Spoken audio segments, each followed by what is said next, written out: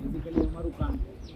પણ તમે આગેવાન તરીકે તમે લઈને જે કાર્યવાહી કરી કે અહીંયા આવ્યા એ બધું તમારા સૌનો આભાર છે. આ જ રીતે જે આવનારા તહેવારો છે, હિન્દુ મુસ્લિમ બંને સમાજના મોટા તહેવારો આવે છે, એ તહેવારો દરમિયાન કોઈ પણ અનિચ્છનીય ઘટના ન બને, કોઈ ઇસ્યુ ન બને, નાનો એવો ઇસ્યુ હોય એનો મોટો ઇસ્યુમાં કન્વર્ટ ન થઈ જાય. એના માટે પોલીસ તો એક્ટિવ છે, પણ તમે પણ સમાજ જેવું કે જે કોઈ આયોજક હોય એ પણ એક્ટિવ રહે. એવી કોઈ પણ વસ્તુ તમારે ધ્યાનમાં આવે તો અમને તરત ધ્યાન દોરો કે સાહેબ આ નાનું એવું છે પણ મોટું થઈ શકે એમ. કોઈ પણ બનાવ ક્યારેય સીધો મોટો રાયોટિંગ એટલા બધા ત્યારે કોઈ પણ મોટો બનાવ ક્યારેય ન બને. નાનું બંદૂક હોય, કોઈ નાના તણખલા જલતા હોય, પછી સડનલી આગ લાગી જાય. એટલે બેટર છે કે નાનો બનાવ હોય ત્યારે જ આપણે બંધ કરી દેવો, સમાધાન કરાવી દેવો, કાયદાકીય જે રસ્તો થતો હોય એ કરાવી દેવો, પણ એને મોટો બનાવમાં કન્વર્ટ ન થવાની. પછી જ્યારે એવો સ્ટેજ આવી જાય છે કે આગેવાન ને પોલીસ બે જ સામસામે હોય છે, કરવાવાળા વયા જ ગયા હોય અને આપણે કાયમીનું મંજૂર કરી જાય કે પોલીસે મારી યારે આવું કર્યું.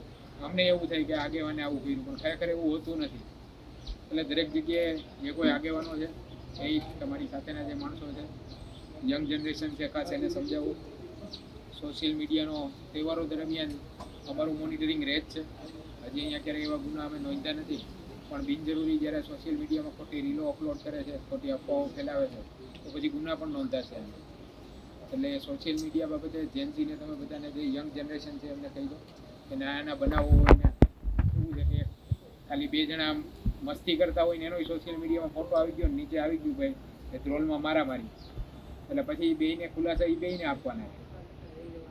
સોશિયલ મીડિયા બહુ ડેન્જરસ છે કે જે તમે ને હું આટલા વર્ષોમાં આપણે 50 માણસો ભેગા કરવા હોય તો અઘરું થઈ જાય ગામમાં. સોશિયલ મીડિયા થ્રુ એક પોસ્ટ મૂકો એટલે 500 માણસો ભેગા થઈ જાય. આજે એની ઉપર ચાલતી દુનિયા છે, તો એમાં એટલીસ્ટ આપણે અમુક વસ્તુઓ ન મૂકવી જોઈએ. ધાર્મિક લાગણીઓ કોઈની પણ દુભાઈ એવા કોઈ પણ ડાયલોગ્સ, કોઈ પણ સોંગ્સ, કોઈ પણ બનાવો ન મૂકવા જોઈએ. ખાસ કરીને આ સમય દરમિયાન જ્યારે તહેવારોનો ટાઈમ આવે છે એ ટાઈમ દરમિયાન સોશિયલ મીડિયામાં ખાસ તમે નીચે તમારા જે કોઈ કાર્ય કરતા હોય કે સ્વયંસેવકો હોય એને કન્વે કરજો. ઉપરાંત જ્યારે આ જુલુસ છે એ નીકળે ત્યારે દરેક ધર્મનો સન્માન રહે એ રીતે દરેકને પોતાના જુલુસ કાઢવાની ભારતમાં છૂટ જ છે. પોતપોતાના ધાર્મિક સ્વતંત્રતા બધા આગળ છે, પણ કોઈની ધાર્મિક લાગણી દુભાવીને આપણી ધાર્મિક સ્વતંત્રતા ભોગવવી એ કાયદામાં પણ બેન છે. એટલે એવું ક્યાંય ન થાય કે કોઈની ધાર્મિક લાગણી દુભાય. બધા પોતપોતાના તહેવારો શાંતિપૂર્ણ ઉજવે. પ્લસ જે સાહેબે જે મટકી ફોનમાં કીધું હતું કે લાસ્ટ યર આવો કંઈ બનાવ બનેલો છે, તો આ વખતે જે કોઈ એમને આગેવાનો હોય કે જે કોઈ આયોજકો હોય એ લિસ્ટ અહીંયા સબમિટ કરાવે ભાઈ કઈ મંડળી આવવાની છે, અમે વેરીફાઈડ કરશું. તો બધી મંડળીઓ અમને એવી લાગે, તમને કોઈ એવા લાગે તો અમને ધ્યાન દો.